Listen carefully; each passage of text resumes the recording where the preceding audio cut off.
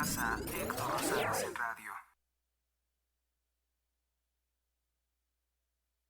Vamos con el capítulo número 4 del libro de Hebreos. Aquí me equivoqué y le he puesto 5. Vamos a modificarlo rápidamente. Y comenzamos con la lectura de este capítulo y su posterior análisis. Comenzamos. La Sagrada Biblia, Hebreos, capítulo 4. La entrada en el reposo de Dios. Versículo 1. Temamos, pues, no sea que subsistiendo aún la promesa de entrar en el reposo, alguno de vosotros parezca quedar rezagado. Versículo 2. Porque igual que a ellos, también a nosotros fue dado este mensaje, pero a ellos no les aprovechó la palabra anunciada, por no ir acompañada de fe por parte de los que la oyeron. Versículo 3. Entremos pues en el reposo de los que hemos creído, según dijo: como juré en mi ira, no entrarán en mi reposo, aunque estaban acabadas las obras desde la fundación del mundo. Cuando dice que no ingresarán en su reposo, debemos de recordar lo último que dijimos en el capítulo 3 de Hebreos. Nos está hablando nuevamente del pueblo de Israel, que en el desierto no quisieron creer en la bondad de Dios, que podría darles agua en medio del desierto. Y por ese gesto de incredulidad, Moisés también no pudo entrar en la tierra prometida. También es una forma de significar que Cristo es preexistente y preeminente, o más importante, que el mismo Moisés. Porque Cristo es Hijo de Dios. Desde el capítulo 1 de este libro de Hebreos, nos habla que Cristo es superior a cualquiera de los ángeles, porque ha sido llamado Hijo amado de Dios. Versículo 4. Porque en cierto lugar habló así del día séptimo. Recuérdese que el 7 significa plenitud en la Biblia. Plenitud o algo completo.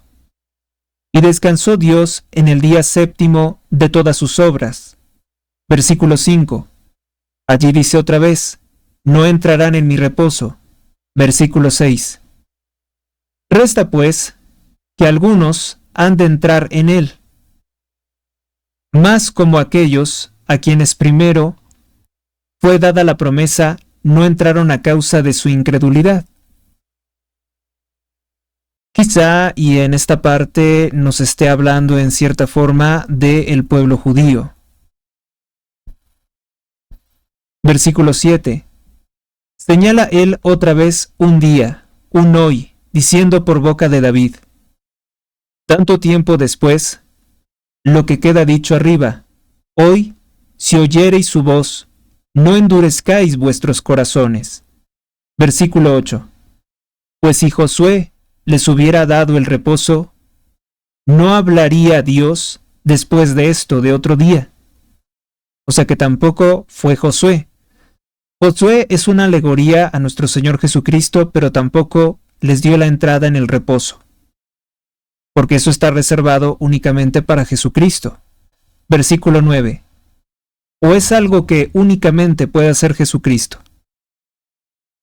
Versículo 9. Por tanto, aún queda un descanso sabático para el pueblo de Dios. Versículo 10.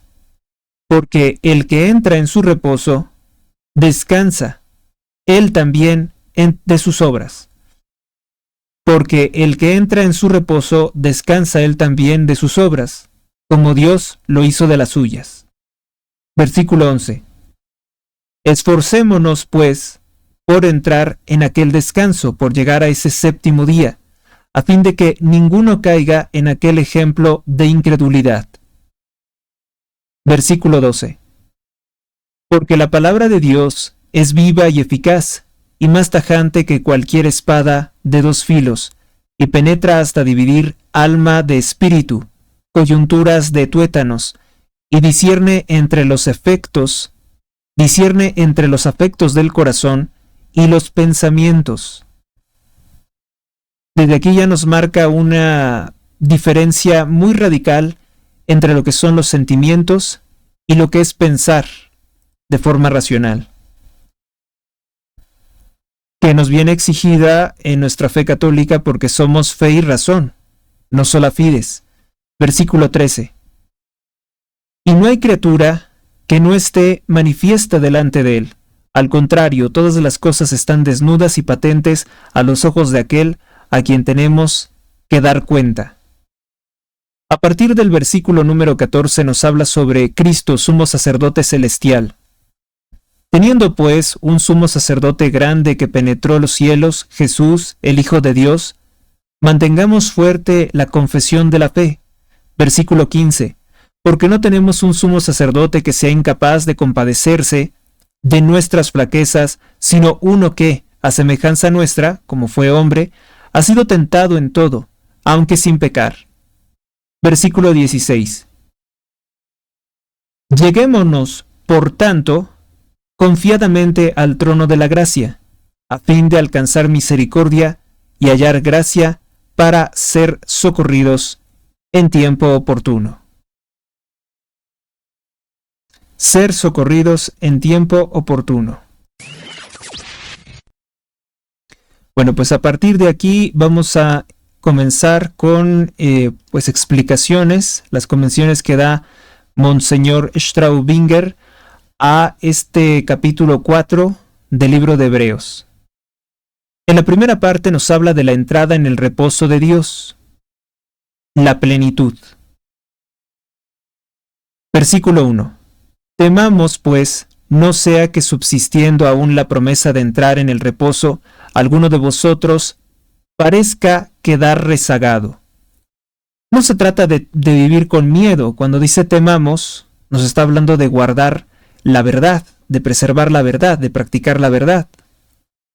En el presente capítulo, el apóstol prueba que la promesa de que los israelitas entrarían en el reposo no se cumplió en aquel pueblo obstinado, o soberbio, o también se utiliza la expresión de dura cerviz, que no bajan la cabeza ante Dios. De lo contrario, Dios no la habría repetido por medio de David en el capítulo 3, del 7 al 8. Las palabras tienen pues un sentido mesiánico, futuro, y se cumplirán tan solo en el Nuevo Testamento, siendo la fe la condición para entrar en el reino de Dios. Nos pasamos al versículo 2 que dice, porque igual que a aquellos, también a nosotros fue dado este mensaje, pero a ellos no les aprovechó la palabra anunciada por no ir acompañada de fe por parte de los que la oyeron. Versículo 3. Entramos pues en el reposo los que hemos creído, según dijo, como juré en mi ira, no entrarán en mi reposo, aunque estaban acabadas las obras desde la fundación del mundo. Aunque estaban acabadas las obras desde la fundación del mundo, ellos no entrarán en mi reposo. Los que hemos creído, nótese con qué insistencia se presenta. San Pablo, la fe es la llave del reino de Dios, es lo que nos está explicando. La fe es la llave de Dios. Porque en cierto lugar habló así del séptimo día, y descansó Dios en el día séptimo de todas sus obras, versículo 5, y ahí dice otra vez, no entrarán en mi reposo. Versículo 6, resta pues que algunos han de entrar en él, mas como aquellos a quienes fue dada la promesa, no entraron a causa de su incredulidad. Los que no pudieron entrar fue a causa de su incredulidad, como los que no entraron a la tierra prometida. Versículo 7. Señala él otra vez un día, un hoy, diciendo por boca del rey David, tanto tiempo después, lo que queda dicho arriba. Hoy, si oyereis su voz, no endurezcáis vuestros corazones. Versículo 8. Pues si Josué les hubiera dado el reposo, no hablaría Dios después de esto de otro día. Versículo 9. Por tanto, aún queda un descanso sabático para el pueblo de Dios.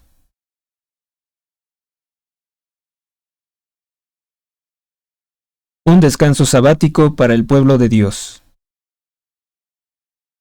En el versículo 11 dice, esforcémonos pues por entrar en aquel descanso, a fin de que ninguno caiga en aquel ejemplo de incredulidad. Condena muchas veces la incredulidad.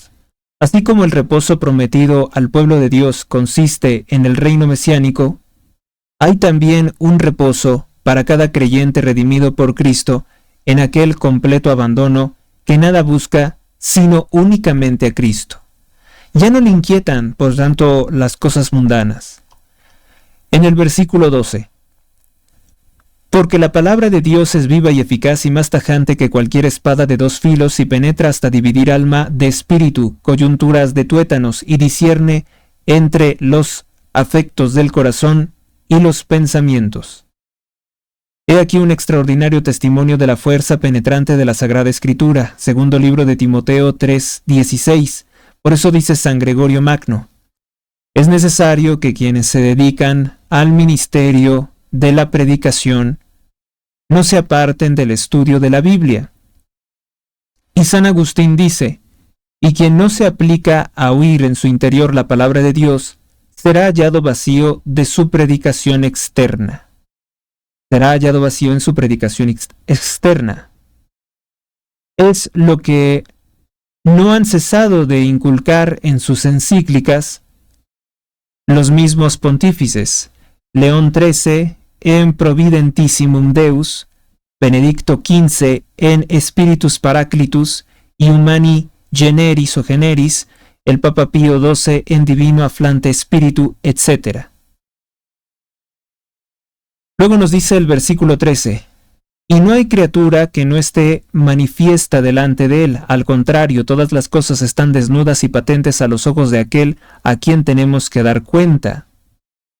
¿A quién tenemos que dar cuenta? Versículo 14, a partir del cual nos habla sobre Cristo como sumo sacerdote celestial. Teniendo pues en sumo sacerdote grande que penetró los cielos, teniendo pues un sumo sacerdote grande que penetró los cielos, Jesús, el Hijo de Dios, mantengamos fuerte la confesión de la fe. Versículo 15, porque no tenemos un sumo sacerdote que sea incapaz de compadecerse de nuestras flaquezas, sino uno que, a semejanza nuestra, ha sido tentado en todo, aunque sin pecado. Nueva invitación a permanecer en la fe. En el capítulo 6, versículo 4, veremos cómo se exponen las tremendas consecuencias de abandonar la fe. Para que nuestra confianza en Dios no tuviera límites, Jesús quiso ponerse a nuestro nivel experimentando todas nuestras miserias menos el pecado. Lo dice el capítulo 2, versículo 18. Cuando miro a Jesús, no como a mi juez, sino como a mi Salvador, según reza la jaculatoria, esto me parece a primera vista una grande insolencia por la cual él debería indignarse. Cuando no lo veo como mi juez, dice. ¿Qué diría de eso un juez de los tribunales? Pero luego recuerdo que esa confianza es precisamente lo que Jesús gusta, lo que le agrada, y que en eso consiste la divina paradoja de que la fe es imputada a justicia. Es tenida por virtud, la fe. Como nos lo revela San Pablo.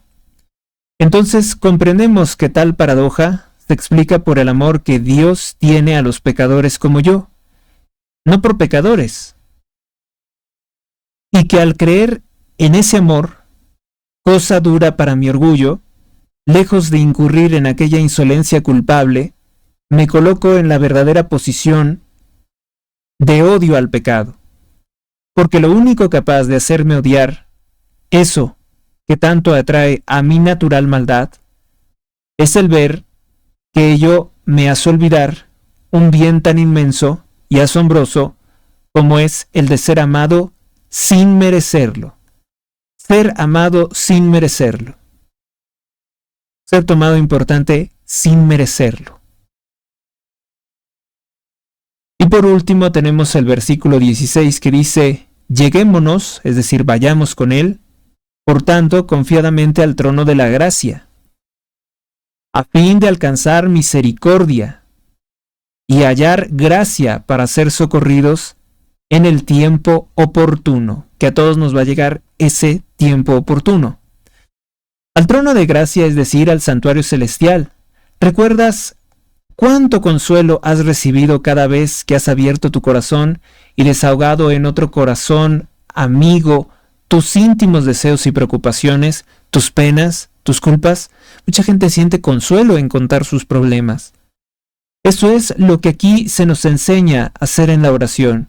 Nuestra fe será plena si aprendemos a obrar así, con el Padre Celestial, invocando a su Hijo Jesucristo como mediador. ¿Cuál oración, pregunta Santo Tomás, puede ser más segura que la dictada por aquel en quien se hallan todos los tesoros en la sabiduría? Colosenses capítulo 2, versículo 3. Y que, según lo que dice San Juan, es nuestro abogado delante del Padre, puesto que es Cristo quien aboga por nosotros ante el Padre, ante su Padre. ¿Qué mejor que implorar nuestro perdón en los términos que nos ha dictado nuestro abogado, como nos ha enseñado nuestro abogado?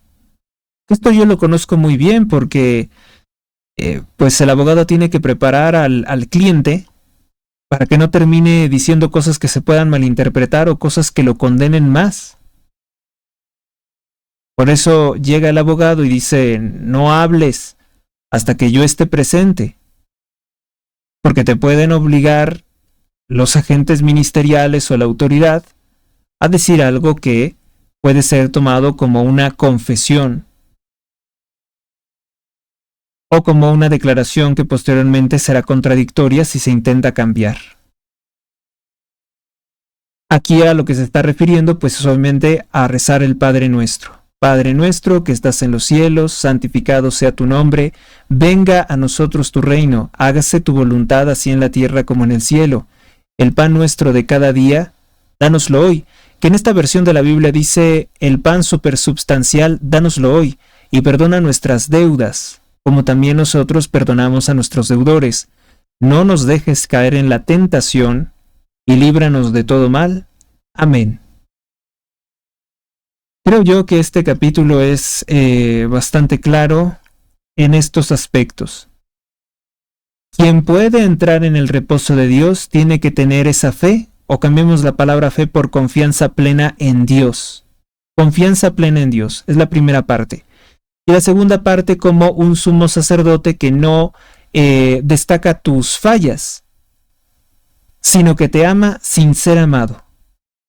Esas son las dos partes importantes de este capítulo número 4. Escuchas a Héctor Sánchez en radio. Ahora nos vamos con el capítulo número 5. Número 5 de Hebreos. Que en su primera parte nos habla sobre la misión del sumo sacerdote. Versículo 1. Todo sumo sacerdote, tomado de entre los hombres, es constituido en bien de los hombres, en lo concerniente a Dios, para que ofrezca dones y sacrificios por los pecados. Versículo 2. Capaz de ser compasivo con los ignorantes y extraviados, ya que también él está rodeado de flaquezas. Versículo 3. Y a causa de ella debe de sacrificar por los pecados propios lo mismo que por los del pueblo. Versículo 4. Y nadie se toma este honor sino el que es llamado por Dios, como lo fue Aarón. Aarón, que fue sumo sacerdote. A partir del versículo número 5 nos habla de que Cristo, sacerdote según el orden de Melquisedec. Versículo 5. Así Cristo no se exaltó a sí mismo en hacerse sumo sacerdote, sino aquel que le dijo: Mi hijo eres tú, hoy te he engendrado. Versículo 6. Así como dice, cambien otro lugar. Tú eres sacerdote para siempre, según el orden de Melquisedec. Versículo 7. El cual, se refiere a Cristo, en los días de su carne, con grande clamor y lágrimas ofreció ruegos y súplicas a aquel que era poderoso para salvarle de la muerte. Y habiendo obtenido ser librado del temor, versículo 8, aunque era hijo, aprendió la paciencia por sus padecimientos. Versículo 9, y una vez perfeccionado, vino a ser causa de sempiterna salud para todos los que le obedecen. Versículo 10, siendo constituido por Dios sumo sacerdote según el orden de Melquisedec. A partir del versículo número 11 nos habla del estado imperfecto de los hebreos. De los hebreos, que sería la forma correcta de decir, ahora les llamamos judíos. Sobre él tenemos mucho que decir y difícil de expresar, por cuanto se nos han embotado los oídos. No tenemos la capacidad de entender, dice, no tenemos el oído lo suficientemente sensible para captar el mensaje. Es una alegoría que está tratando de expresarnos. Versículo 12. Debiendo ya ser maestros después de tanto tiempo, tenéis otra necesidad de que alguien os enseñe los primeros rudimentos de los oráculos de Dios, y habéis venido a necesitar de leche y no de alimento sólido. Nos está calificando, por tanto, de infantes, de bebés, de no ser personas capaces de hablar adecuadamente sobre las cosas de Dios. A mí me cuesta mucho trabajo. Versículo 13. Pues todo el que se cría con leche es rudo en la palabra de justicia, como quien es niño. Este versículo es muy interesante, el 13. Porque todo el que se cría con leche es rudo en la palabra de justicia, como que es niño. Versículo 14. El alimento sólido, en cambio, es para los hombres hechos, para aquellos que por el uso tienen sus sentidos ejercitados para discernir lo bueno de lo malo.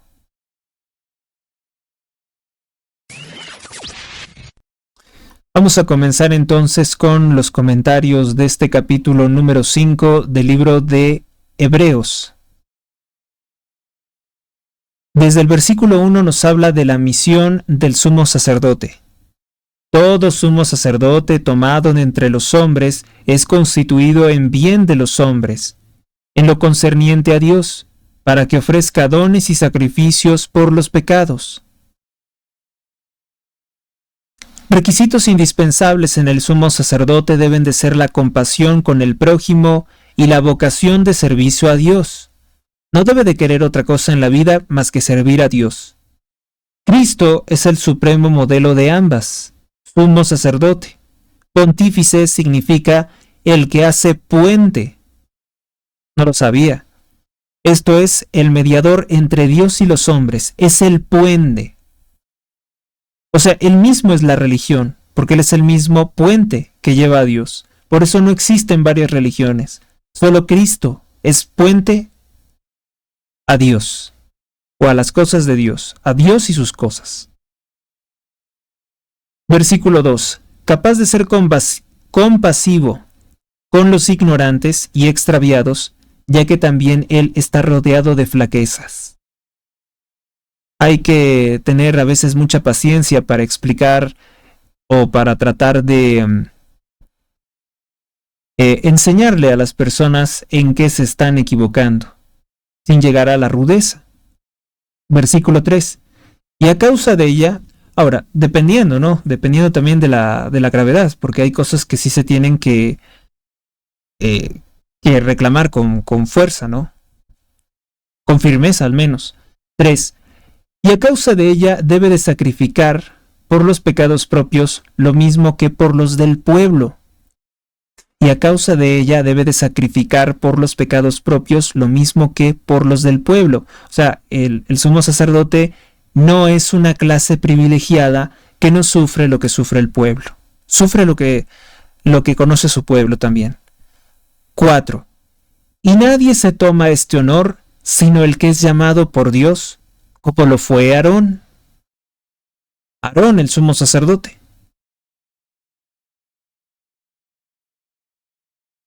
Vamos con un comentario acerca de Aarón. Aarón fue el sumo sacerdote a quien eligió Dios, que también era un hombre y no estuvo exento de fallas, pues él fue el que mandó hacer el becerro de oro cuando Moisés sube al monte por los 10 mandamientos, pues él comete un acto de idolatría diciéndole al pueblo que le iba a dar un Dios que sí podían ver y era un becerro de oro.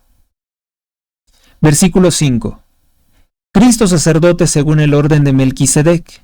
Así Cristo no se exaltó a sí mismo en hacerse sumo sacerdote, sino que exaltó a aquel que le dijo: mi hijo eres tú, hoy te he engendrado. A Dios Padre, al Dios Todopoderoso, lo exaltó a él. Versículo 6. Así como dicen, cambien en otro lugar. Tú eres sacerdote para siempre, según el orden de Melquisedec. Tú eres sacerdote para siempre, según el orden de Melquisedec. La idea dominante, dice el intérprete bíblico Pirot, es, junto a la perfección personal, la del poder de salvación que le viene desde entonces en calidad de pontífice según el orden de Melquisedec, es decir, de pontífice perfecto. Salmo 2, versículo 7, Salmo 109, versículo 4. Claro está que el término personal solo ha de referirse aquí a la humanidad santísima de Jesús, ya que la persona divina del Verbo no podía perfeccionarse, ya era perfecto. Así lo añade a continuación el mismo autor, refutando a disidentes que ponían en duda la divinidad de la persona de Jesús. Dice, no en cuanto a Dios se instruye y se perfecciona Jesús por el sufrimiento, sino en cuanto a hombre, venido para salvar a los hombres.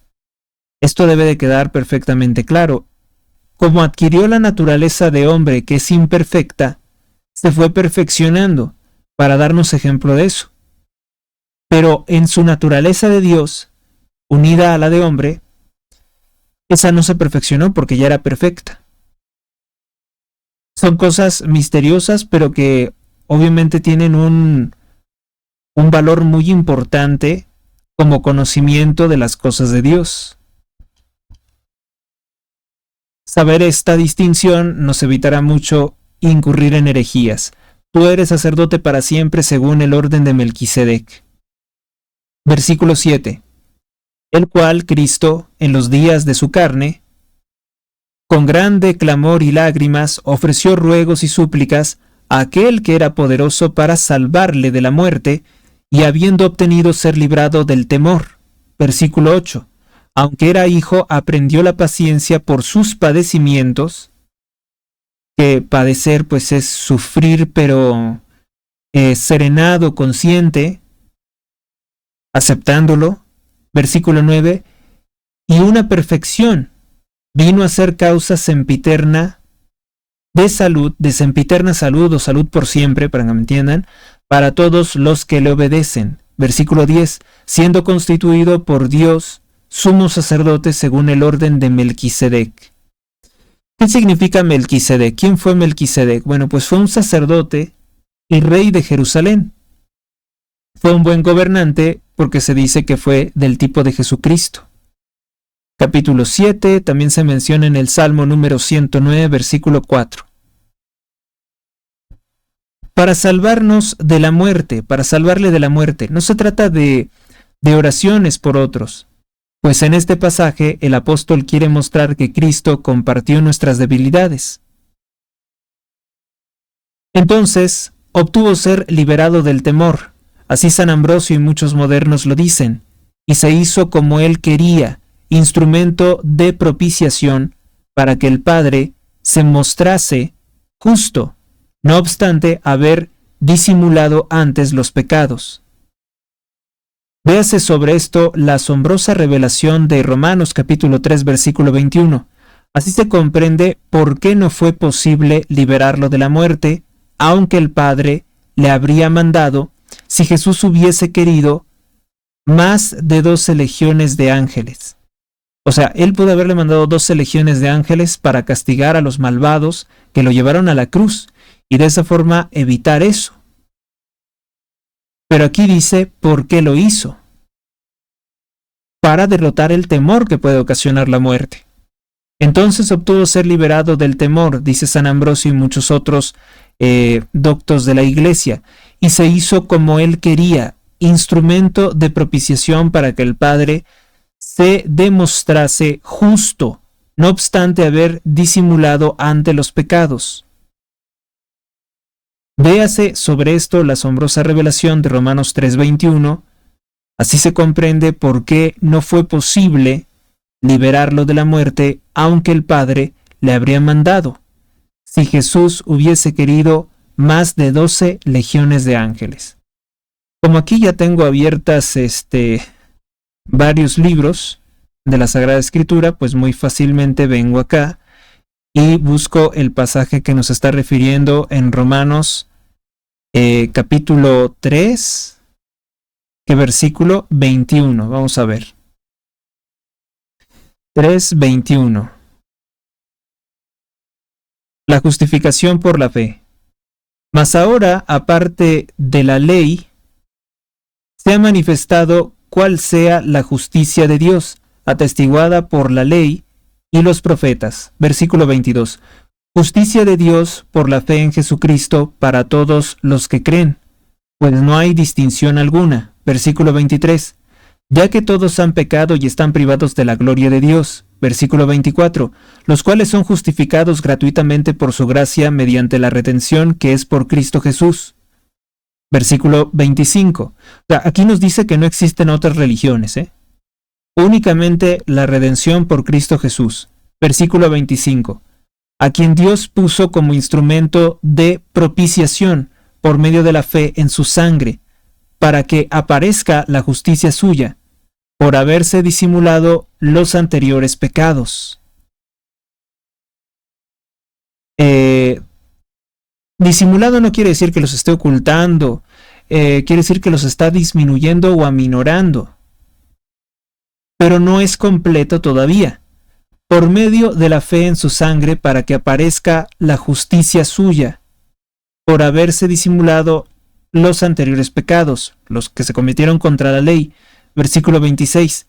En el tiempo de la paciencia de Dios para manifestar su justicia en el tiempo actual, a fin de que sea él mismo justo y justificador del que tiene fe en Jesús. Es el abogado y es el juez ante Dios. Versículo 27. ¿Dónde pues el gloriarse? Excluido está. ¿Por cuál ley? ¿Las de las obras? No. La ley de las obras no, sino por la ley de la fe. Versículo 26. En conclusión, decimos pues que el hombre es justificado por la fe, sin las obras de la ley. Sí, justificado en la ley y sin las obras de la fe, pero no quiere decir que no tenga que realizar buenas obras. Versículo 29. ¿Acaso Dios es solo el Dios de los judíos? Segunda pregunta. ¿No lo es también Dios de los gentiles? Ciertamente, también de los gentiles. Versículo 30. Puesto que uno mismo es el Dios que justifica a los circuncisos, es decir, a los... Bueno, la circuncisión era el símbolo de la alianza de Dios con los judíos. Dice, Dios que justificará a los circuncisos en virtud de la fe y a los incircuncisos por medio de la fe. Está hablando, por tanto, del bautismo. Es esa forma de volverse hijo de Dios o de reconocerlo. Versículo 31. ¿Anulamos entonces la ley por la fe? De ninguna manera, antes bien confirmamos la ley. Confirmamos la ley, pero por la fe. Bien, porque por esa misma ley nadie podría ser salvo más que por la fe o la confianza que tenemos en que Cristo puede incluso perdonarnos si le amamos, si le aceptamos, conforme a esa misma ley, que por ser ley de su autoría, pues Él puede indultar, vamos a decir. Él sí tiene la capacidad de indultarnos de aquellas faltas que hemos cometido contra la ley de Dios. Luego tenemos el versículo 8 que dice: aunque era hijo, aprendió la paciencia por sus padecimientos.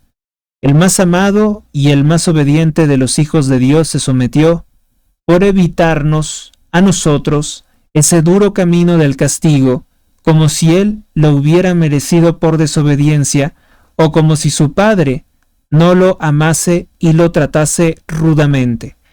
Otro razonamiento que puedo aplicar para explicar lo que acabamos de decir es que hagan de cuenta que Cristo paga por nosotros lo que nosotros probablemente nunca hubiéramos podido pagar. Es como aquella persona que llega a ayudarnos a pagar una enorme deuda. No falló empero el amor del Padre, ni la obediencia del Hijo. Fuimos nosotros los que fallamos, y el amor misericordioso lo que siempre triunfó. Lo que triunfó para salvarnos. Porque es un amor, y por tanto, si es amor, tiene que ser forzosamente algo desinteresado.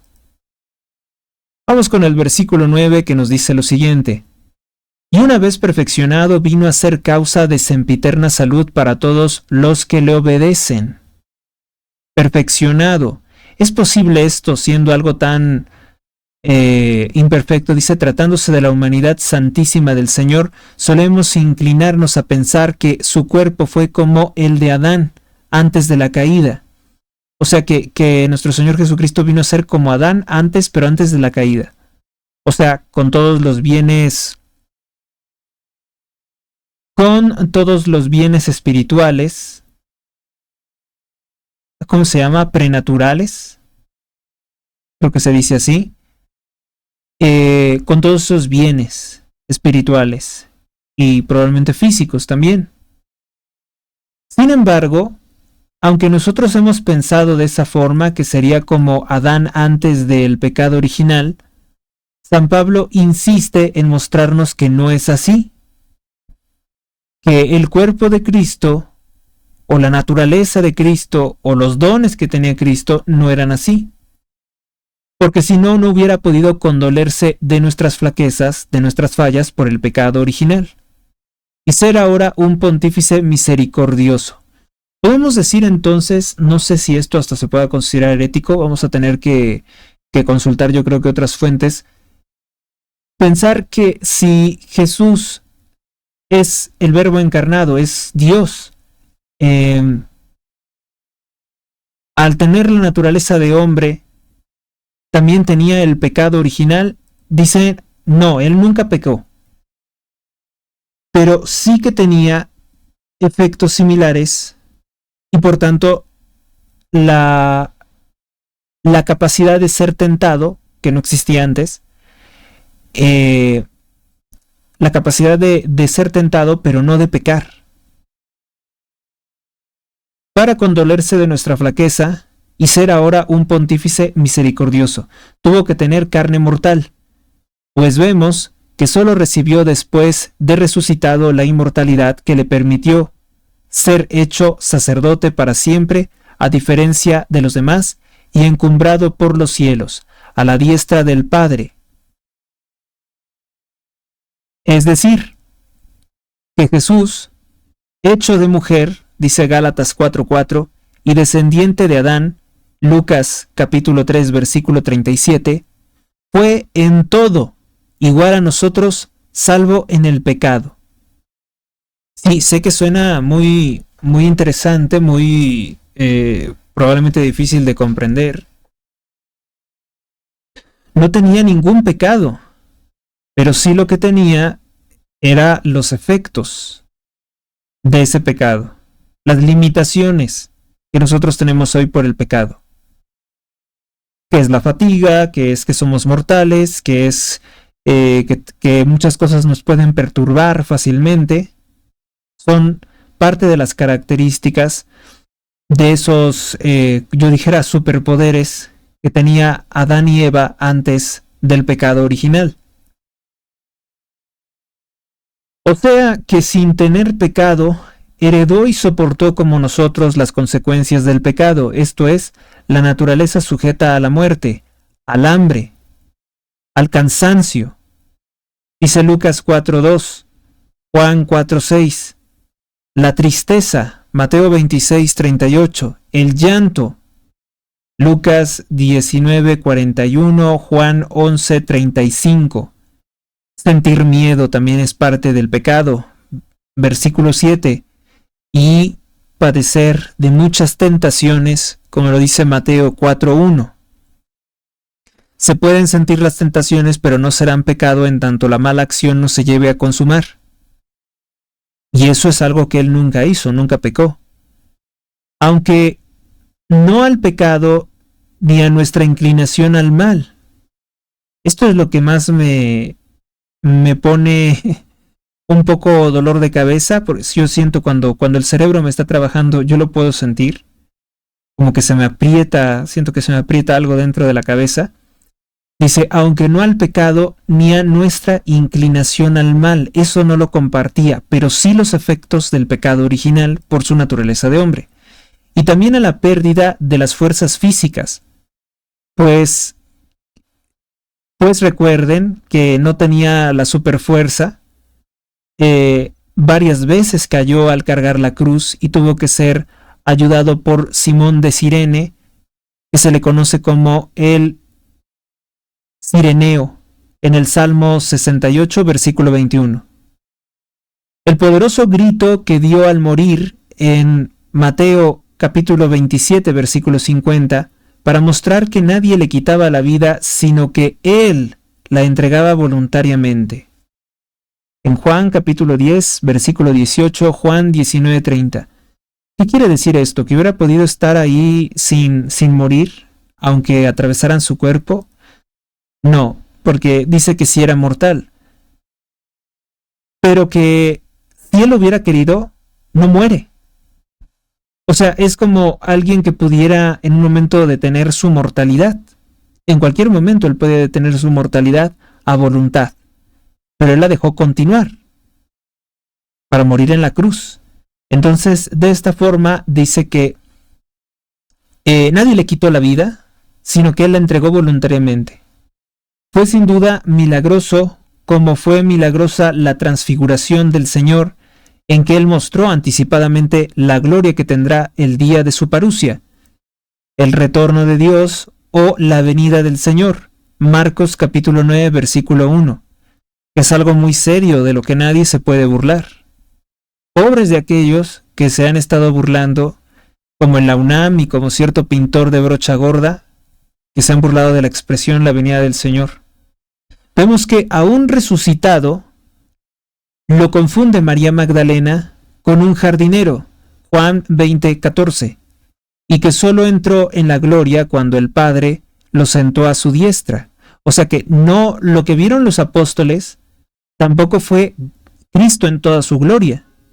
Vieron un aspecto de él por estar resucitado, pero la plenitud es estar a la par de Dios, o sea, es como un gobierno de dos reyes, un trono de dos reyes, lo cual le ha de molestar en suma al demonio, a Lucifer, porque él quería ocupar el lugar del trono de Dios. No quería estar a su par, quería estar por encima de Dios. Bueno, que esto es hablar del trono, pues nos habla de una jerarquía, la jerarquía más alta de todo el universo, dándole como hombre es decir, también en su cuerpo, la gloria que tenía como verbo de Dios igual al Padre. Porque su palabra es Dios. La palabra de Dios también es Dios.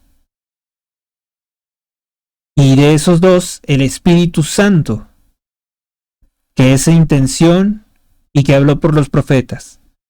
Esta glorificación es la que Él pidió también para nosotros y que nos dará el día que venga a ser glorificado también aquí, haciéndonos semejantes al cuerpo de su gloria, dice Filipenses 3:20. Este conocimiento de Cristo en su humanidad, que vino a ser causa de sempiterna salud, es lo que nos une a Él con fe y amor sin límites, mostrándonos que Él es el santo por excelencia de nuestra admiración y devoción, sin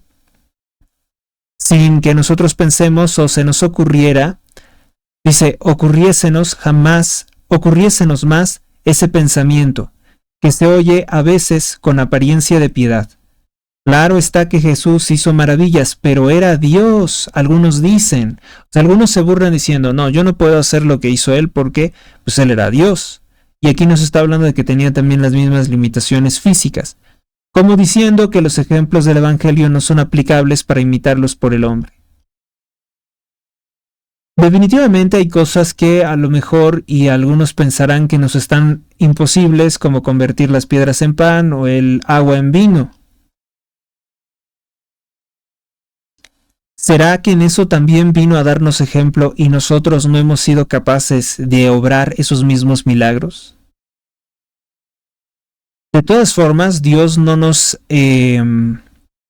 daría la posibilidad de hacer eso si fuera en una situación que no fuera necesario. O sea, no se permiten esos dones en un momento en que son innecesarios, en un momento en el que no tendría por qué ser. Todo tiene que tener un propósito. A partir del versículo 11 nos habla del estado imperfecto de los hebreos. Sobre él tenemos mucho que decir y difícil de expresar por cuanto se nos han embotado los oídos y la mente y la capacidad también y la boca también a veces se nos traba. Yo diría, versículo 12. Debiendo ya ser maestros después de tanto tiempo, tenéis otra vez necesidad de que alguien os enseñe los primeros rudimentos de los oráculos de Dios y habéis venido a necesitar de leche y no de alimento sólido. Versículo 13. Pues todo el que se cría con leche es rudo en la palabra de justicia, como que es niño. Versículo 14. El alimento sólido, en cambio, es para los hombres hechos, para aquellos que por el uso tienen sus sentidos ejercitados para discernir lo bueno de lo malo. Lo bueno de lo malo. Se nos han embotado los oídos, dice que busquemos Romanos capítulo 11, versículo 10. Vamos.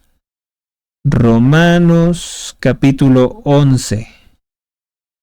Vamos a buscarlo aquí rápidamente. Romanos capítulo 11, versículo que dije, 10. Dice, por tanto debe la mujer llevar sobre su cabeza la señal de estar bajo autoridad por causa de los ángeles. Con todo, en el Señor el varón no es sin la mujer, ni la mujer sin el varón. 12. Pues, como la mujer procede del varón, así también el varón nace por medio de una mujer, claro. Pero creo que eso no es lo que estábamos buscando. A lo mejor la cita está... Hay algunos errores, ¿no? Como en toda obra, algunas partes no son coherentes. Bueno, los oídos. Vamos a preguntar por lo de los oídos.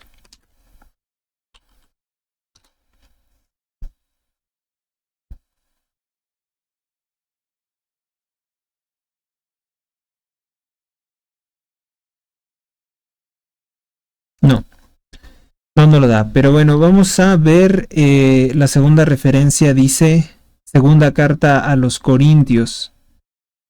Segunda carta a los Corintios, capítulo 3, versículo 14. Dice: pero sus entendimientos fueron embotados, porque hasta el día de hoy, en la lectura de la antigua alianza, permanece ese mismo velo, siéndoles encubierto que en Cristo está pereciendo la antigua alianza. Versículo 15. Y así, hasta el día de hoy, siempre que es leído Moisés, un velo cubre el corazón de ellos, o sea, de los judíos. Versículo 16. Mas cuando vuelvan al Señor, será quitado el velo. Versículo 17. Ahora bien, el Señor es el Espíritu, y donde está el Espíritu del Señor hay libertad. Versículo 18. Y todos nosotros, si a cara descubierta contemplamos como en un espejo la gloria del Señor, somos transformados de gloria en gloria, en la misma imagen como del Señor que es Espíritu. En la misma imagen del Señor que es Espíritu. A ver, tratemos de comprender este pasaje desde el versículo 14. Todavía hoy en las sinagogas el libro sagrado está cubierto con un lienzo, que parece ser ese velo. San Pablo refiere que este lienzo es un hecho de la triste ceguedad de los judíos, es como un simbolismo, que no habiendo aceptado la luz de Cristo, que es la llave de toda la Escritura, Juan capítulo 12, versículo 32, han quedado sin poder entender sus propios libros santos, por más que los lean en el Bar Mitzvah, que pues tienen que, creo que recitar un pasaje del Pentateuco, y en hebreo lo tienen que recitar. No comprenden el significado de esas palabras, porque les han embotado los oídos los sumos sacerdotes, los rabinos, que enseñan doctrina de mentira y distorsión de la palabra a su antojo para su conveniencia. Estado imperfecto de los hebreos.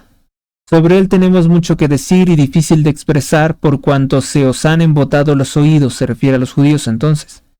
Debiendo ser ya maestros después de tanto tiempo, tenéis otra vez necesidad de que alguien os enseñe los primeros rudimentos de los oráculos de Dios y habéis venido a necesitar de leche y no de alimento sólido, se refiere a los judíos. Pues todo el que se cría con leche es rudo de la palabra de justicia, como que es niño. Versículo 14. El alimento sólido, en cambio, es para los hombres hechos, para aquellos que por el uso tienen sus sentidos ejercitados para discernir lo bueno de lo malo. Solo cambiando un poquito, buscando un poco en el capítulo de Romanos 11, sí, la cita está mal, no es el versículo 10, pero es el versículo 8. Romanos 11, 8. Ahí es donde vamos a encontrar lo que necesitamos. Dice: según está escrito, dióles Dios un espíritu de aturdimiento, ojos para no ver y oídos para no oír, hasta el día de hoy. Versículo 9. Y David dice: conviértase su mesa en lazo y trampa, en tropiezo y en justo pago. Versículo 10. Oscurézcansele sus ojos para que no vean, y doblégales tú siempre la espalda. Bueno, estas palabras merecen una interpretación algo complicada, ¿no?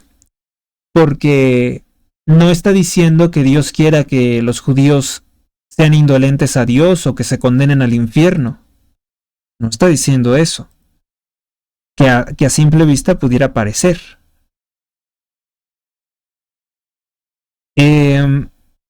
Nos remite, por ejemplo, en esta parte, dice, la mesa es la ley.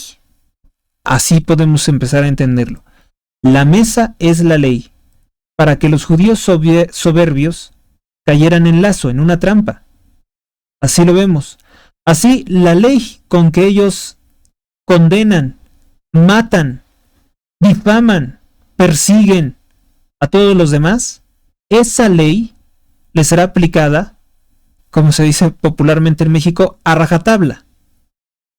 Esa misma ley los va a aplastar con toda crueldad. En cambio nosotros decimos, Padre, perdónanos, perdona nuestras deudas, como también nosotros perdonamos a nuestros deudores. Es decir, nosotros sí sabemos que hemos violado la ley. Sabemos perfectamente que violamos la ley y que pecamos. La diferencia es que nosotros decimos que se nos perdone porque estamos arrepentidos, porque el legítimo y el verdadero arrepentimiento, el verdadero acto de contrición, nos permite, ante los ojos de Cristo, que se nos perdone esto que nos ha hecho tanto sufrir. Solamente cuando somos conscientes de que hemos gravemente fallado, gravemente violado la ley. En cambio, la conducta de los judíos y de muchas personas es señalar la falla de los demás y a la vez señalar las fallas de los demás y a la vez no ver las fallas que estamos cometiendo. No ver las fallas que están cometiendo y señalar las de los demás. Y utilizan la ley para ser severos con todos los demás, menos con ellos mismos. Por tanto, como un castigo justo, el judío que despreció a Cristo usa y abusa de la ley, esta misma ley que le va a aplastar. Dice, según está escrito, Dios les dio un espíritu de aturdimiento, ojos para no ver y oídos para no oír, hasta el día de hoy. Versículo 9, y David dice, conviértase su mesa en lazo y trampa, en tropiezo y en justo pago. La mesa es la ley. Versículo 10, oscurézcansele sus ojos para que no vea, y doblégales tú siempre la espalda. Doblégales la espalda. Vamos a buscar ahora Deuteronomio capítulo 29, versículo 3. Deuteronomio se abrevia como DT, capítulo 29, versículo 3. 3. Las grandes plagas que vinieron vuestros ojos, las grandes plagas que vinieron vuestros ojos, aquellas señales y maravillas estupendas. Versículo 4. Pero hasta el día de hoy, Yahvé no os ha dado corazón que entienda, ni ojos que vean, ni oídos que escuchen. Versículo 5. Durante 40 años, os he conducido por el desierto, y no se han gastado vuestros vestidos, los vestidos sobre vosotros, ni se ha roto el calzado de tu pie. Versículo 6. No habéis comido pan, ni habéis bebido vino, ni licor fermentado, a fin de que conozcáis que yo soy Yahvé, vuestro Dios. Quiere decir que los judíos eran ciegos completamente a todas esas bendiciones que derramaba Dios sobre ellos.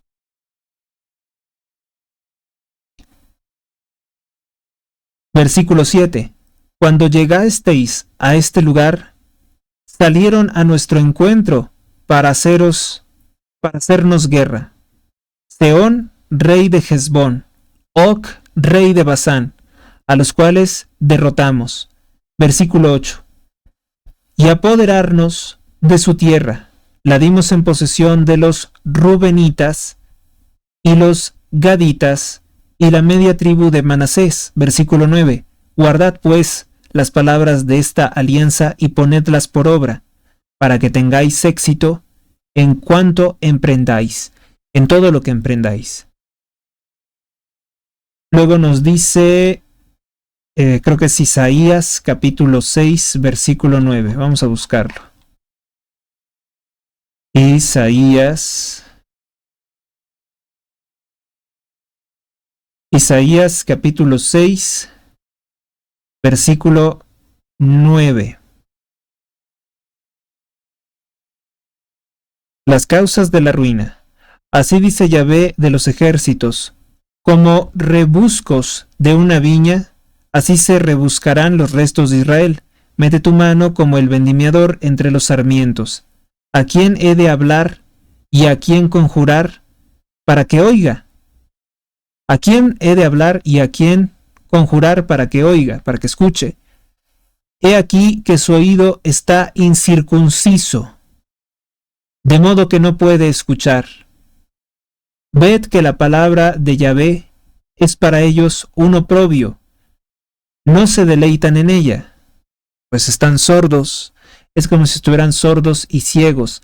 No hay peor ciego que el que no quiere ver, dice el dicho popular. 11. Estoy lleno de cólera de Yahvé, cansado ya de refrenarla, derramarla sobre los niños en la calle y sobre las reuniones de los jóvenes, pues serán presos el marido y la mujer, el anciano y el colmado de días. El colmado de días son las personas de la tercera edad. Versículo 12. Y sus casas pasarán a ser de otros juntamente con sus campos y sus mujeres, pues yo extenderé mi mano contra los habitantes del país. Oráculo de Yahvé. ¿Por qué? En castigo de que ellos no tienen ojos ni oídos para las cosas de Dios, no quieren verlas. ¿Sí? Lo que estábamos leyendo acá en el capítulo...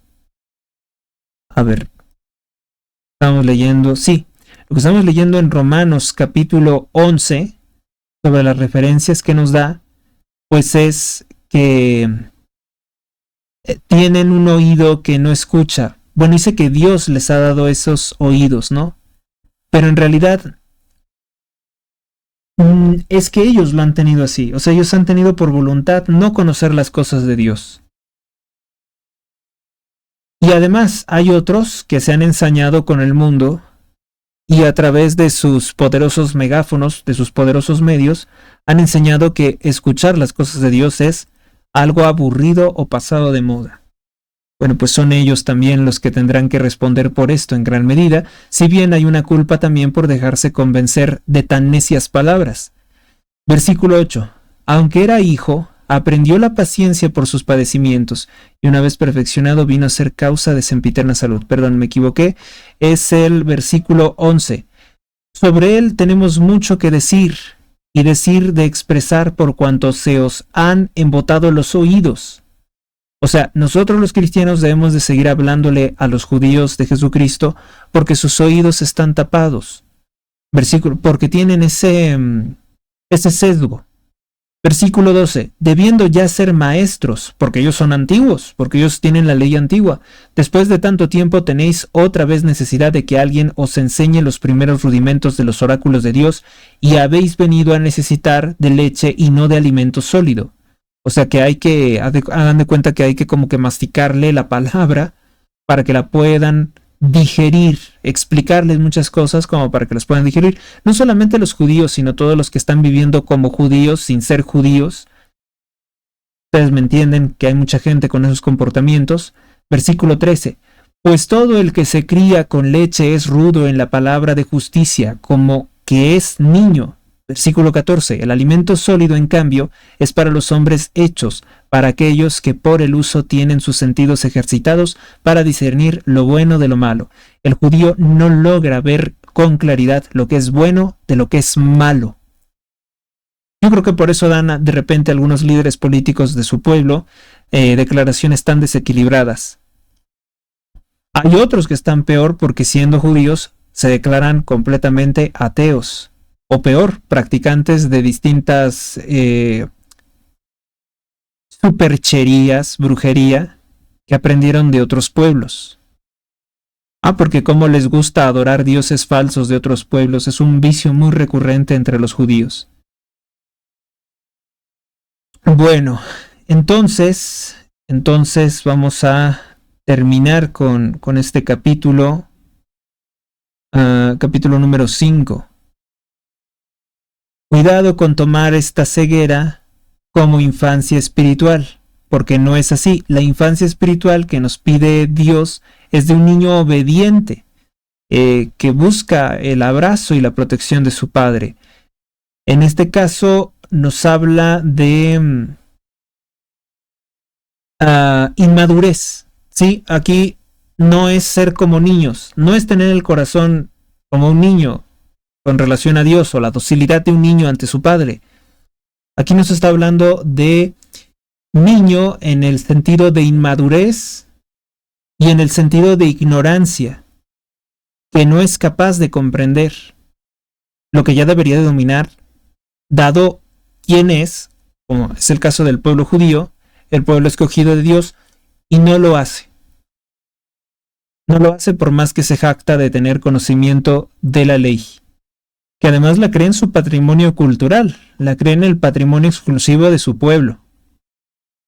¿Ok? Bueno, entonces, ¿qué más nos falta? Vamos con Hebreos capítulo 6. El progreso en la doctrina y la apostasía. En nombre del Padre, Hijo, Espíritu Santo. Amén. Por lo cual, dejando la doctrina elemental acerca de Cristo, elevémonos a la perfección, no tratando de nuevo los artículos fundamentales que se refieren a la conversión de las obras muertas y a la fe en Dios. Versículo 2. A la doctrina de los bautismos, a la imposición de las manos, a la resurrección de los muertos y al juicio eterno. Versículo 3. Y así procederemos con el favor de Dios. Versículo 4. Porque a los que una vez iluminamos, gustaron el don celestial y fueron hechos partícipes del Espíritu Santo. Versículo 5. Y experimentaron la bondad de la palabra de Dios y las poderosas maravillas del siglo por venir. Versículo 6. Y han recaído imposible es renovarlos otra vez para que se arrepientan. Por cuanto crucifican de nuevo para sí mismos al Hijo de Dios y le exponen a la ignominia pública.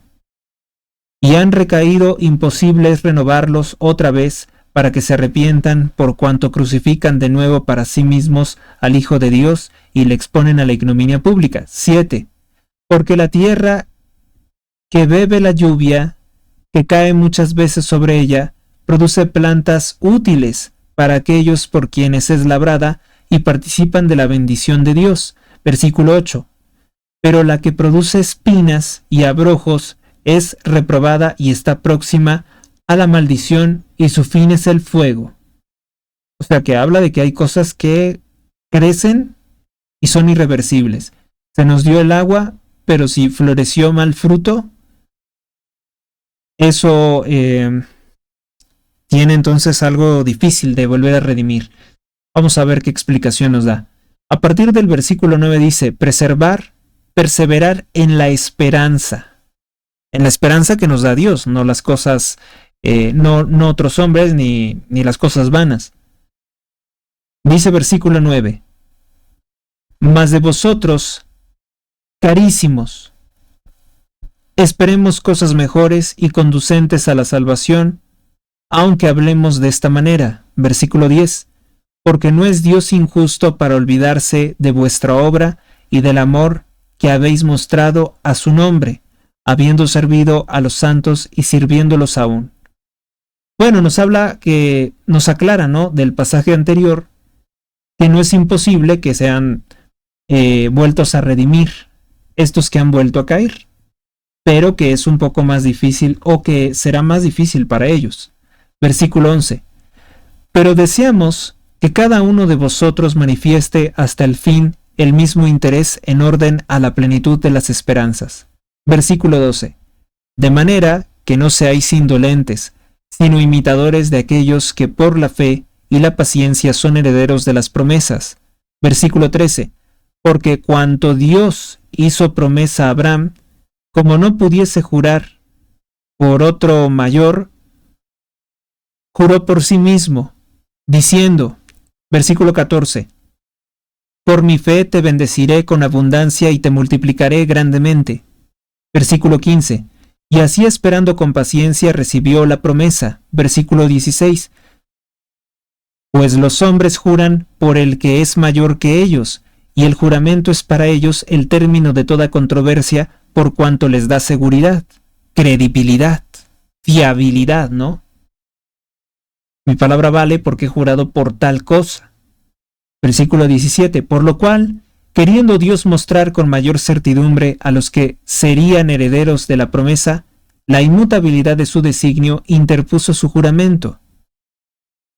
A ver, versículo 17. Por lo cual, queriendo Dios mostrar con mayor certidumbre a los que serían herederos de la promesa, la inmutabilidad de su designio, es decir, que Él no va a cambiar de parecer, Él no va a decir, te prometí esto, pero ahora ya cambió, antes como antes y ahora como ahora.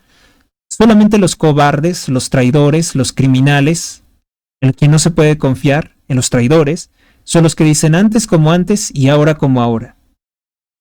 Con Dios no hay ese problema de ser un traicionero. Es la inmutabilidad de su designio. Nunca va a cambiar sus promesas. Interpuso su juramento y juró por él mismo, que es lo más elevado que hay. Versículo 18. Para que mediante dos cosas inmutables, en las que es imposible que Dios mienta, tengamos un poderoso consuelo, los que nos hemos refugiado en aferrarnos a las esperanzas que se nos han propuesto, que siguen vigentes, que no van a cambiar. Versículo 19. La cual tenemos como áncora del alma, segura y firme, y que penetra hasta lo que está detrás del velo. El velo se refiere a la sinagoga.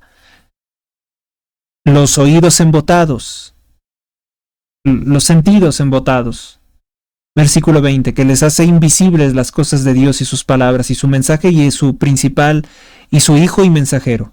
Versículo 20, donde como precursor Jesús entró por nosotros, constituido sumo sacerdote para siempre según el orden de Melquisedec. Fin del capítulo número 6 del libro de Hebreos. Iniciamos con pues aclaraciones de esto. Hebreos capítulo 6. En su primera parte nos habla del progreso de la doctrina y la apostasía. Y por lo cual, dejando la doctrina elemental acerca de Cristo, elevémonos a la perfección, no tratando de nuevo los artículos fundamentales que se refieren a la conversión de las obras muertas y a la fe en Dios, que ya lo acabamos de abordar en los capítulos anteriores. 2. A la doctrina de los bautismos, a la imposición de las manos, a la resurrección de los muertos y al juicio eterno, que esto le es desconocido a los judíos. Recordando la necesidad de la perfección en la enseñanza, el apóstol, como observa Dom Delate, se esfuerza aquí, no obstante lo dicho antes, por arrastrar consigo a sus compatriotas, los judíos. Notemos que considera como rudimentos la necesidad del arrepentimiento para todos, conversión de las obras muertas, dice, y de la fe, en plural, tal vez porque se hacían 3 inmersiones, o abarcando quizás el bautismo de Juan y las abluciones judaicas, que era también como una forma de purificación, abluciones judaicas. La imposición de las manos es el sacramento de la confirmación. Sobre la resurrección y el juicio eterno, parece que el apóstol alude así a la catequesis primitiva y a la preparación para recibir el bautismo, sosteniendo que un bautizado no puede contentarse ya con las enseñanzas del catecúmeno, o las enseñanzas de un catecúmeno, sino ir más allá. Véase sobre estas cosas la Didache, Manual Cristiano del primer siglo. Bueno, nos habla de algunos sacramentos, no quiere decir que los actuales sacramentos no sean parte de Dios. Recuérdese que Dios le dio potestad a San Pedro para que todo lo que ate y desate en el cielo como en la tierra, ¿no? Lo que atares en la tierra será atado también en el cielo. La fe no vendría a ser algo estático, por tanto, tampoco.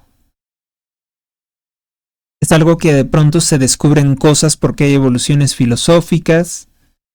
Bueno, algo de eso tendremos que también precisarlo más, ¿no? Es un tema también complejo y aparte. Luego dice sobre el versículo 2, más que el juicio eterno, prefiere el apóstol hablarles de la eterna salvación. Sí, eso es mucho mejor que hablarnos del periodo del castigo, de todo eso. Es mejor hablar de la salvación eterna, eterna redención, eterno espíritu, eterna herencia, eterna alianza.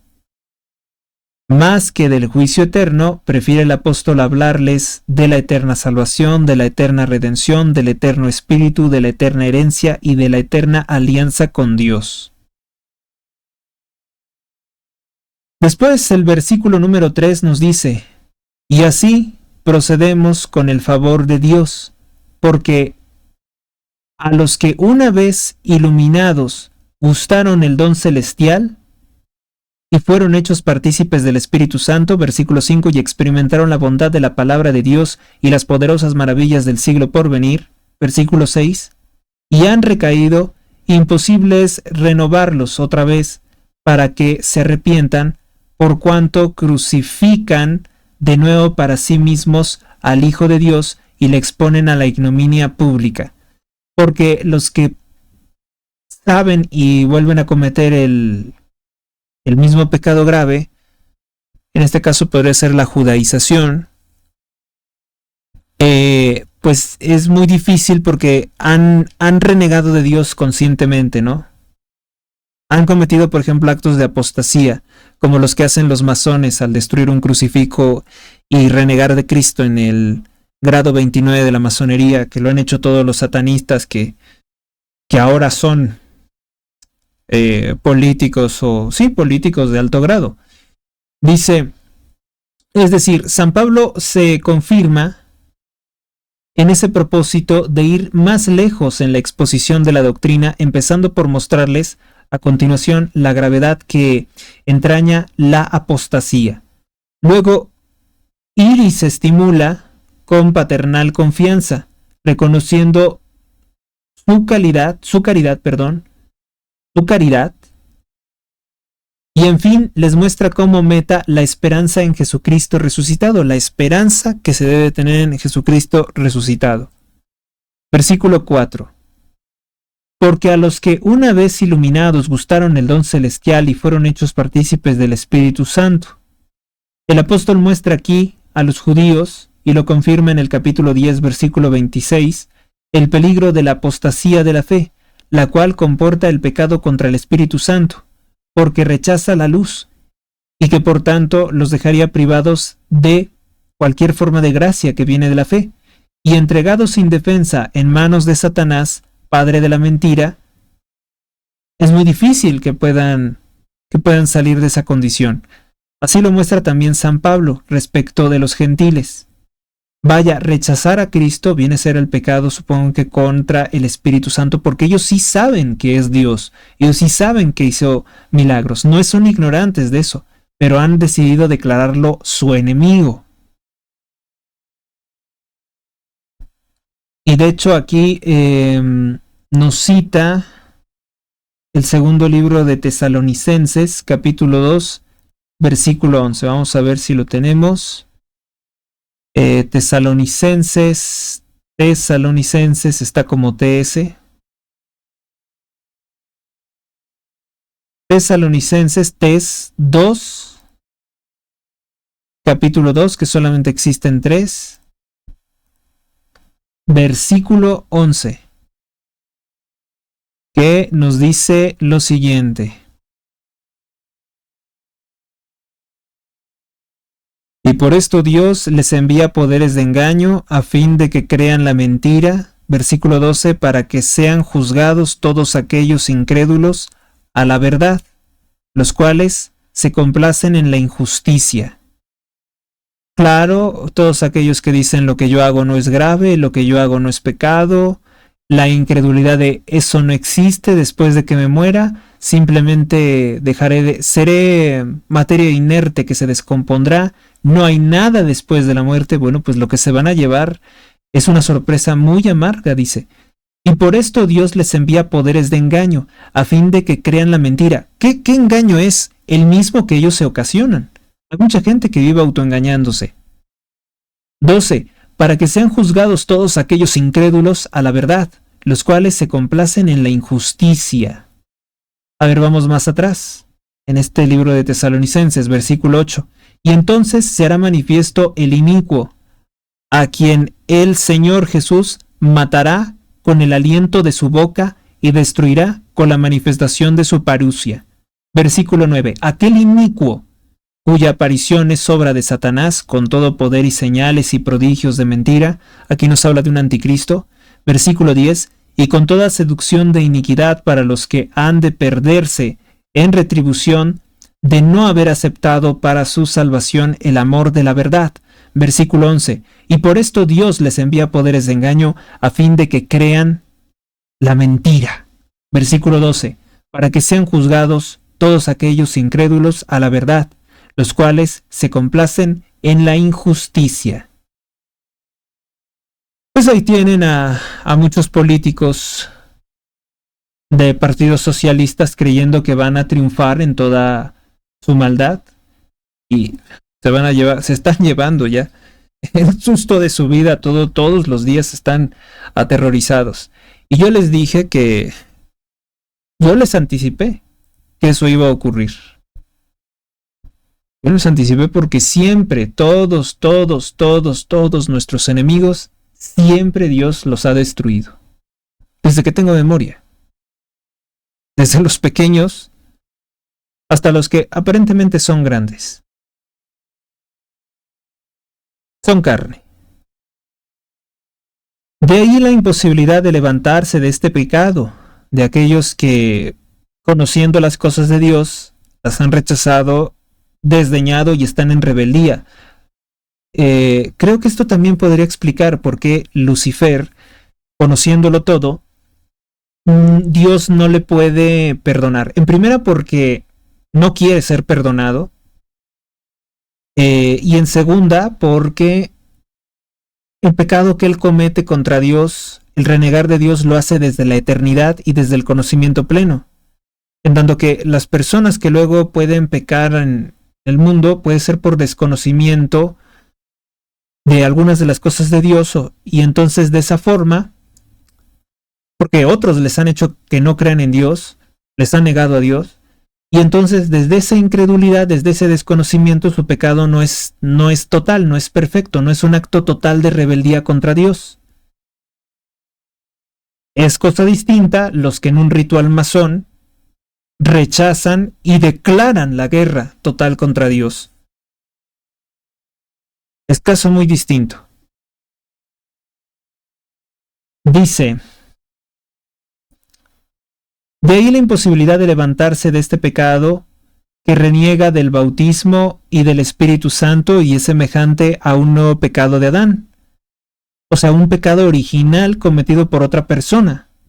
Un pecado contra el Espíritu Santo viene a ser un pecado original, pero cometido por una persona distinta al padre del género humano, que es Adán, que elige libremente a Satanás antes que a Dios. Eso es a lo que me refería. Tampoco puede borrarse por un nuevo bautismo, porque éste se da una sola vez. A lo mismo parece aludir también San Juan, cuando habla del que comete pecado de muerte.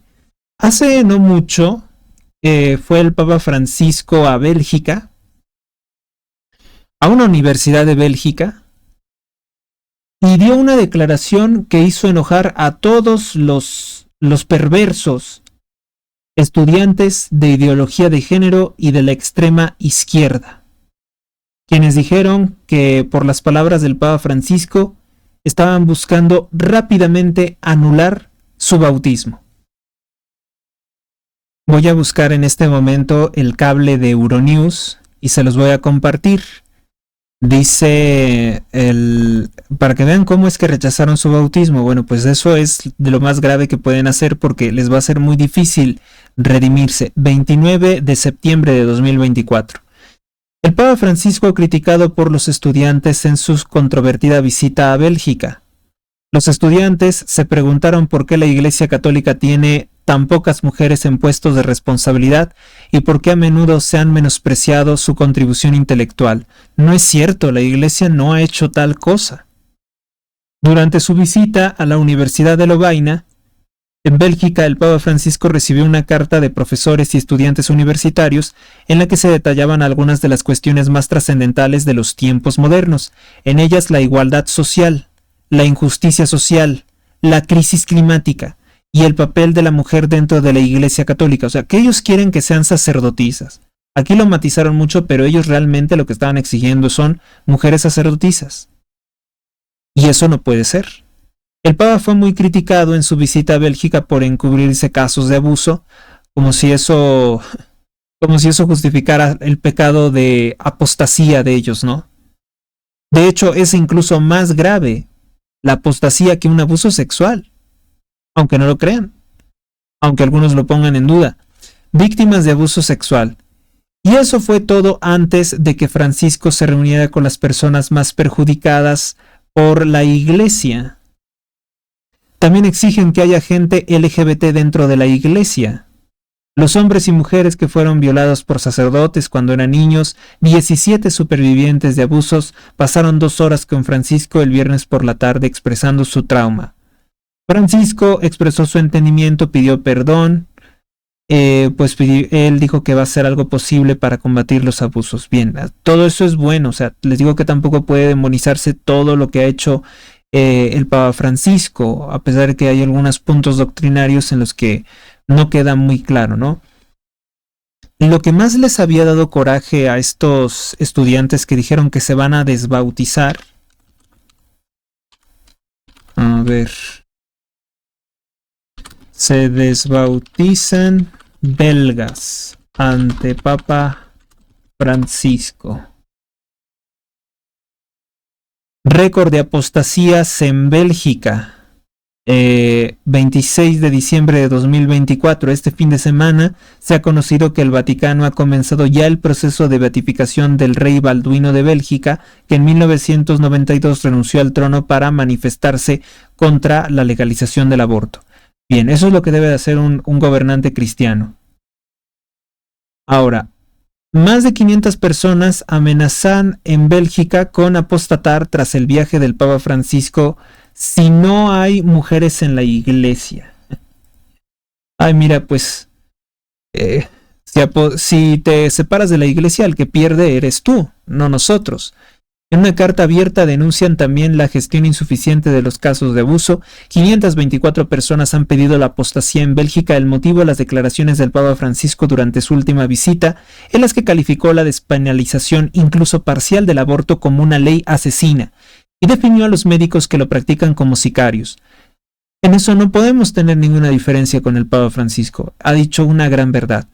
Según recoge el portal de noticias Catholisch, distintos medios belgas han enviado una carta abierta del nuncio apostólico al arzobispo de Malinas en Bruselas y a las 7 diócesis de Bélgica a las que los firmantes protestan contra las declaraciones del Papa Francisco. O sea, 524 personas satánicas, diabólicas, que son sobre todo gente que le han lavado el cerebro en la Universidad Católica de Lovaina, que está totalmente infiltrada por progresistas. Y ahí es la crítica que le puedo hacer al Papa Francisco de por qué no despide a tanto pervertido dentro de la Iglesia Católica de Lovaina, por qué no los remueve o tal vez no puede hacerlo. Un discurso con el que el pontífice no contaba, no se les envió previamente como suele ser habitual en estos viajes. Le exigen mujeres en la iglesia. Bueno, pues él dice que eso no va a ocurrir, porque la mujer ya tiene un papel en la iglesia. Incluso lo dijo en una entrevista que le hizo la empresa diabólica, la empresa masónica Disney, que le llevó una mujer, una actriz porno incluso, una prostituta le llevó ahí para que entrevistara al Papa Francisco. Y yo sigo pensando que el Papa no debería de prestarse a esa clase de cosas. Bueno, vamos entonces a finalizar con esta parte. De los que dicen que, de lo que nos está explicando, dice, tampoco puede borrarse este pecado original con un nuevo bautismo. esta iniciación al mal, ¿no? En el que ya han rechazado todas las cosas de Dios. A lo mismo parece, o sea, porque hay personas que sí saben todo, saben que todo esto es real, saben que todo esto es vinculatorio, es eterno, y de todos modos se declaran enemigos de Dios. Es de ahí la falta más grave. No se puede borrar por un nuevo bautismo, porque éste se da una sola vez. A lo mismo parece aludir también San Juan, cuando habla del que comete pecado de muerte, en primer libro de Juan, capítulo 5, 16. Hasta aquí llega lo que puede entender el hombre. Más allá es indudable que subsiste el misterio de la infinita y libérrima misericordia de Dios, que puede siempre aplicarla a quien quiera y como quiera, sin dar cuenta a nadie de su conducta. También yo creo que sería muy difícil que alguien se pudiera arrepentir.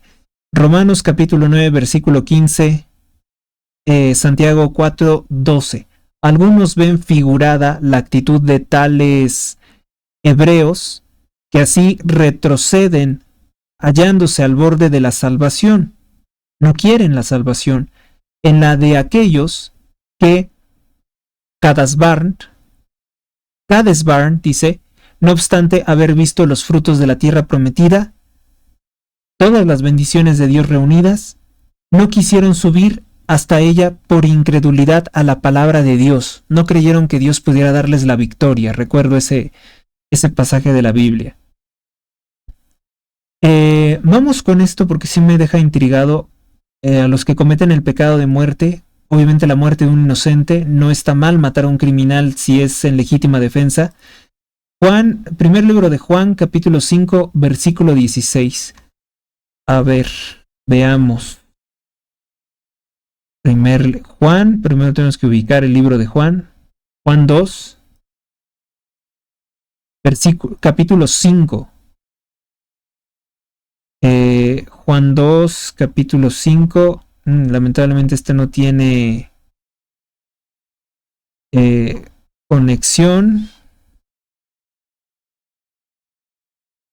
Juan 2, versículo 5.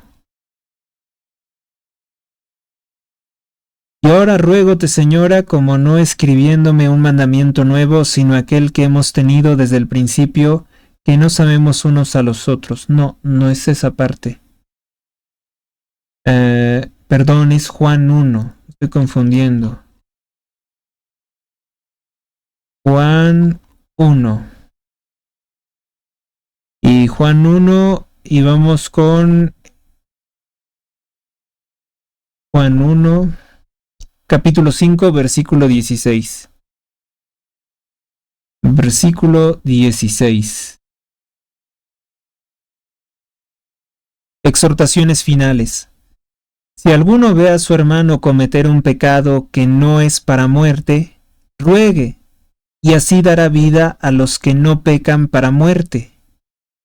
Hay un pecado para muerte, por él no digo que rueguen. Hay un pecado para muerte, por él no digo que ruegue. 17. Toda injusticia es pecado, pero hay pecado que no es para muerte. Versículo 18. Sabemos que todo el que es engendrado de Dios no peca, sino aquel que fue engendrado de Dios le guarda, y sobre todo él nada puede el maligno. O sea, no puede influirlo el diablo, ¿sí? Aquel que fue engendrado de Dios le guarda, y sobre él nada puede el maligno. Versículo 19. Pues sabemos que nosotros somos de Dios, en tanto que el mundo entero está bajo el maligno. Sabemos que el Hijo de Dios ha venido y nos ha dado entendimiento para que conozcamos al Dios verdadero, y estamos en el verdadero, estamos en su Hijo Jesucristo, es el verdadero Dios, vida eterna. Versículo 21, hijitos, guardaos de los ídolos, porque es una forma de traicionar a Dios, es una forma de apostasía, ¿no? A ver, volvamos a esto. Los versículos 14 y 15 preparan el ánimo para recibir esta promesa extraordinaria que debe de colmar de gozo principalmente a los padres de familia, lo que en la santa unción de los enfermos se promete respecto al cuerpo, y la oración de la fe sanará al enfermo.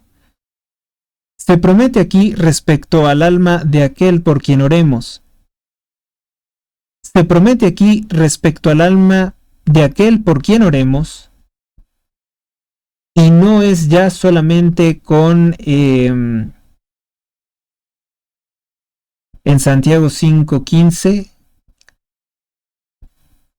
en que se le perdonará si tiene pecados, sino que se le dará vida, es decir, conversión además del perdón. La vida es la conversión. Es la esperanza de poder salvar por la oración el alma que amamos, como Santa Mónica obtuvo la conversión de su hijo amado San Agustín, como a la oración de Esteban siguió la conversión de Pablo, en Hechos capítulo 8 versículo 3, como Dios perdonó a los malos amigos de Job por las oraciones de éste, que pidió por ellos. En cuanto al pecado de muerte, no es lo que hoy se entiende por pecado mortal, sino la apostasía. Pecado de muerte es la apostasía. En tal hipótesis, no habríamos de querer ser más caritativos que Dios y hemos de desear que se cumpla toda su voluntad con esa alma, que podría ser el castigo eterno, pues sabemos que Él la ama y la desea mucho más que nosotros y porque nuestro amor por Él ha de ser sobre todas las cosas y nuestra fidelidad ha de llegar, si es preciso, a odiar a nuestros padres, a nuestros hijos, si ellos se han declarado apóstatas, como dice Jesús en Lucas 14:26. Esto nos va a aclarar muchísimo porque entonces los hijos de la viuda, los hijos de Satanás, la masonería, no es tan fácil, ya que hecho el ritual de apostasía, ni siquiera pues nos llama a orar por ellos para su conversión. Yo no conocía este pasaje de la Biblia. Apenas ahorita lo estamos estudiando, dice, se deja en manos de Dios lo que vaya a ocurrir con su alma. Dice el versículo 16, exhortaciones finales. Lo repito, si alguno ve a su hermano cometer un pecado que no es para muerte, es decir, no es contra el Espíritu Santo, la apostasía, ruegue y así dará vida a los que no pecan para muerte. Hay un pecado para muerte, la apostasía, por el que no digo que rueguen, o sea, que estén orando por esa persona. Versículo 17. Toda injusticia es pecado, pero hay pecado que no es para muerte. Versículo 18. Sabemos que todo el que es engendrado de Dios no peca, sino aquel que fue engendrado de Dios le guarda y sobre él nada puede el maligno. En cambio hay personas que pues ya están como entregadas totalmente al maligno. Este capítulo también va a ser muy importante, probablemente tengamos que leerlo completo. Primer libro de Juan, capítulo 5. Por el momento nos vamos a ir con esta parte que nos refiere de Lucas, capítulo 14, versículo 26. Vamos con Lucas, capítulo 14, versículo 26. Lucas, capítulo 14, versículo 26. Lucas, capítulo 14, versículo 26. Dice, si alguno viene a mí y no odia a su padre, a su madre, a su mujer, a sus hijos, a sus hermanos y a sus hermanas y aún también a su propia vida, no puede ser discípulo mío, dice Jesucristo. Versículo 27. Todo aquel que no lleva su propia cruz y no anda en pos de mí, no puede ser discípulo mío. Dice, el amor de preferencia. Versículo 25. Como grandes muchedumbres le iban siguiendo por el camino, se volvió y les dijo. Versículo 26. Si alguno viene a mí y no odia a su padre, a su madre, a su mujer, a sus hijos, a sus hermanos y a sus hermanas, y aún también a su propia vida, no puede ser discípulo mío. Versículo 27. Todo aquel que no lleve su propia cruz y no ande en pos de mí, no puede ser discípulo mío. Estas palabras tienen que abrir los ojos a muchas personas. Los proselitistas humanos hallarían muy sorprendente esta política de Jesús. Cuán inmensas multitudes lo siguen. Él, en lugar de atraerlas con promesas falsas, con dulces mentiras de que vengan, yo los acepto a todos como son, y pecadores y alcohólicos y todo, no. Pone en él más fuerte aprieto la sinceridad a su adhesión. Con ello nos da una de las grandes muestras de su divina verdad. Por tanto, si tenemos un familiar que cae en apostasía, no lo vamos a tratar como se trataría a otra clase de pecador, porque es una persona que, conociendo las cosas de Dios, ha decidido darles la espalda y antes que eso declararse en rebeldía y en guerra contra Cristo, como lo hicieron los masones. El orden de valores de Jesús ocupa el primer lugar, aún frente a los padres. No está llamando Cristo en ninguna parte a rechazar el honrarás a tu padre y a tu madre. Es un gran mandamiento del mismo Dios. Jesús declara el mismo instrumento de discordia en las familias y nos previene que los enemigos estarán en la propia casa. Mateo capítulo 10 versículo 34, donde el ambiente mundano o farisaico se burla de los discípulos como lo hacían del maestro. Bueno, pues puede que sus mismos parientes se burlen de él. Qué interesante. Pero sí, entonces el pecado de apostasía podemos considerarlo como el de los más graves, ¿no? Bueno, pues vamos entonces a concluir ya con este capítulo. No hay nada más que revisar. Las dos cosas inmutables son la promesa de Dios y juramento de Abraham. Nunca va a cambiar, ya lo hemos comentado. Del versículo 19, el velo que también se rasgó en el templo, el velo que se usa para cubrir la palabra de Dios hasta el punto de cegar a los judíos, el velo también es una representación de la carne mortal de Jesús, la cual tuvo que ser destruida para que pudiéramos ver realmente la naturaleza divina de Cristo. El velo que ocultaba al Santo de los Santos en el templo de Jerusalén simboliza esa carne que ha sido rasgada. Es decir, la humanidad santísima de Jesús tuvo que morir para poder ver al Dios. Y por eso se rasgó en el momento de su muerte. Mateo capítulo 27 versículo 51. Era necesario que él muriese en Hechos 3:22 y fuese glorificado para que se cumplieran todas las promesas dadas a los patriarcas. Romanos capítulo 15 versículo 8. Dice que es como ancora. De aquí viene la palabra ancla, signo de la esperanza. Ancora, ancla, es lo firme, aquello que no nos va a soltar.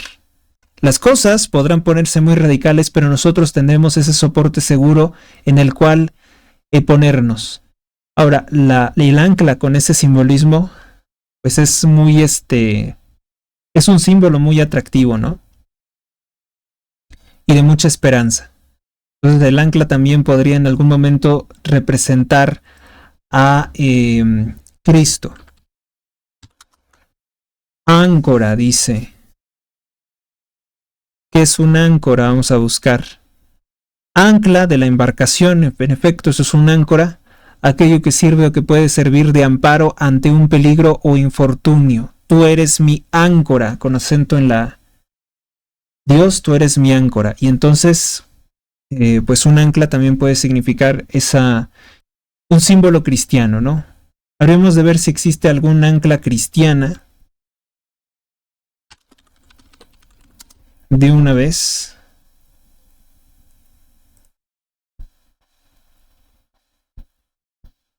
Un ancla cristiana, pues sí. De hecho, algunas tienen como forma de cruz. Lo que yo estaba preguntándome es si existía alguna organización, sí, El ancla es un símbolo de Cristo. Aquí lo dice en un libro de símbolos. En el cristianismo el ancla se convirtió en símbolo de Cristo, quien evita los naufragios espirituales, quedar pues a la deriva en el mar. Entre los poetas místicos, el áncora y la cruz unidas, cruz ancla, expresa la voluntad de no abandonarse a los remordimientos de la sensibilidad humana, fijando la voluntad en la cruz de Cristo como fuente de toda gracia. Y es el ancla porque todo pasará sobre el cielo y la tierra perecerán, pero Él permanecerá siempre fijado y su promesa no es mutable, su parecer no es cambiante. Es firme como un ancla. Es la mejor ancla, un ancla espiritual. El ancla era considerada la última salvaguarda del marino en la tempestad. Y siempre se nos habla que estamos pues en una realidad cambiante, como si estuviéramos en un mar, ¿no? Por lo cual se le asocia con la esperanza, que queda como sostén ante las dificultades de la vida. En la civilización griega y romana, el ancla simbolizaba asimismo el conflicto de la tierra y el agua, de lo sólido y lo líquido. Así se le encuentra en algunas monedas griegas y romanas, donde aparece también como atributo de Neptuno o Anona. Bueno, pero acá ya es un símbolo cristiano. Recuérdese que también la cruz no era un símbolo de Dios y terminó convirtiéndose en el símbolo de la salvación, en el símbolo de la muerte de la carne, de la humanidad de Cristo, para emerger la salvación, la resurrección. La derrota de la muerte es en la cruz, la derrota del pecado.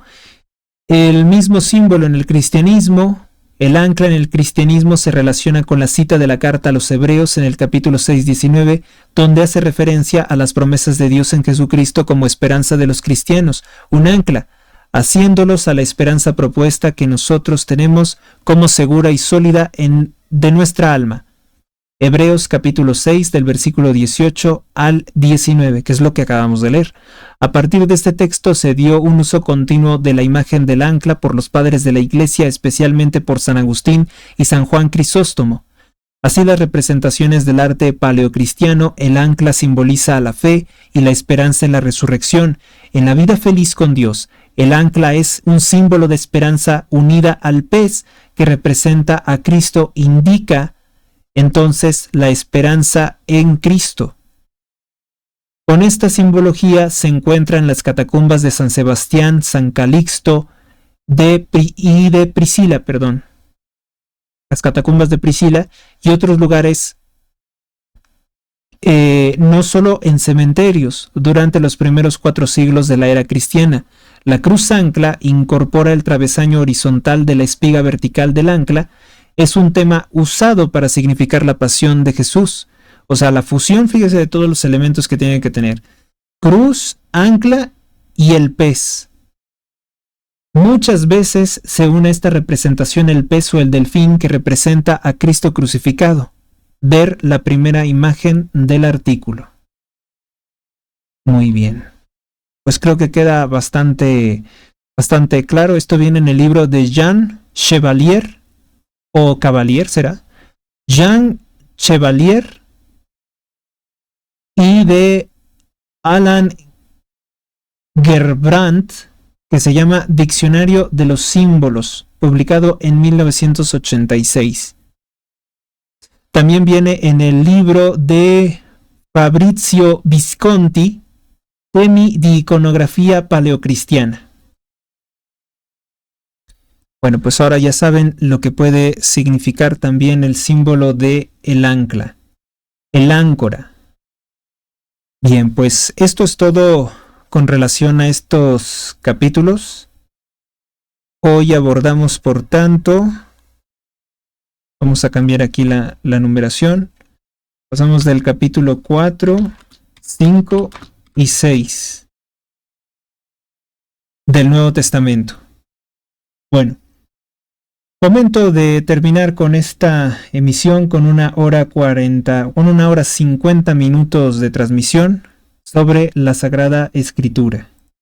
Gracias por tu atención. Si te ha gustado este video, dale me gusta, comparte, comenta o realiza un donativo por los canales señalados. Hasta la próxima. También me interesaría mucho conocer sus comentarios acerca de pues estos estudios bíblicos.